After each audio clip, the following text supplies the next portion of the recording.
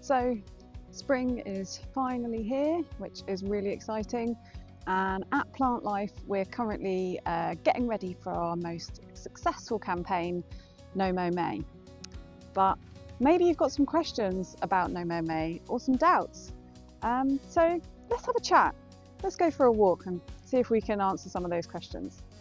So No Mow May started in 2018 as a sort of a seed of an idea about suggesting a different way of viewing your lawn or green space. Whether that is your lawn, or maybe it's a village green, or just a little bit of grass outside the front of your house, it really doesn't matter what it is. It was all about dipping your toe into this new way of thinking about your lawn. The reason we chose May is because that's when essentially all of the plants are really getting going for the season. They're really getting that spring into their step, so that was a great time to start it. But this is the crucial bit. It's not just about May. We want you to keep going for longer. We want this to be a no mow movement, not just about May. But May was a great time to start, and if you're going to change anything like this, then sometimes you have to start small before you can do it big. We want it to go into Let It Bloom June, but people need to give it a try first, which is why we chose No Mow May. But really, it is a no mow movement.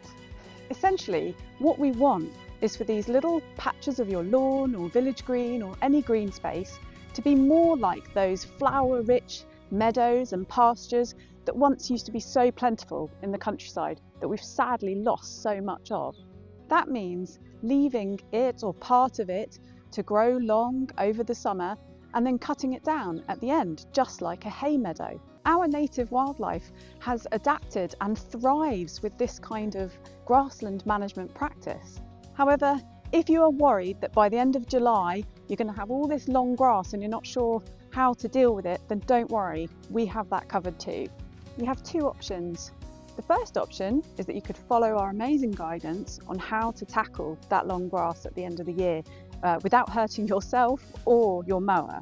A second option is that maybe you don't leave it long for the whole summer and you simply just mow once a month, creating what we call a flowering lawn, which means the little species like the self-heals and maybe the little mouses and the tine-leaved speedwells, they can flower.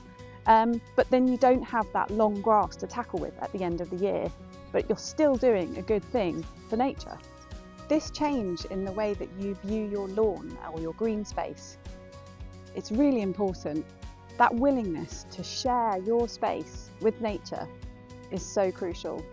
We as a species need to do this more, but it'll only happen with small little changes that build over time.